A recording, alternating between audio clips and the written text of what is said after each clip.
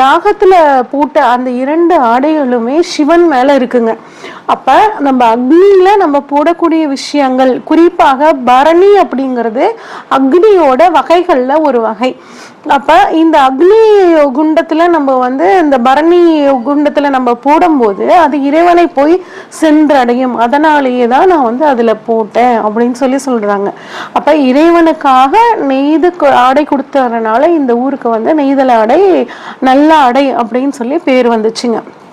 Okay, இதனாலதான் அக்னி நட்சத்திர, அது பரணி நட்சத்திரக்காரங்க இந்த கோவிலுக்கு தன்னோட வாழ்நாள்ல ஒரு தடவையாவது போயிட்டு வரணுங்க. குறிப்பா பரணி நட்சத்திர நாள்ல இங்க பரணி நட்சத்திரக்காரங்க போயிட்டு வரணும்.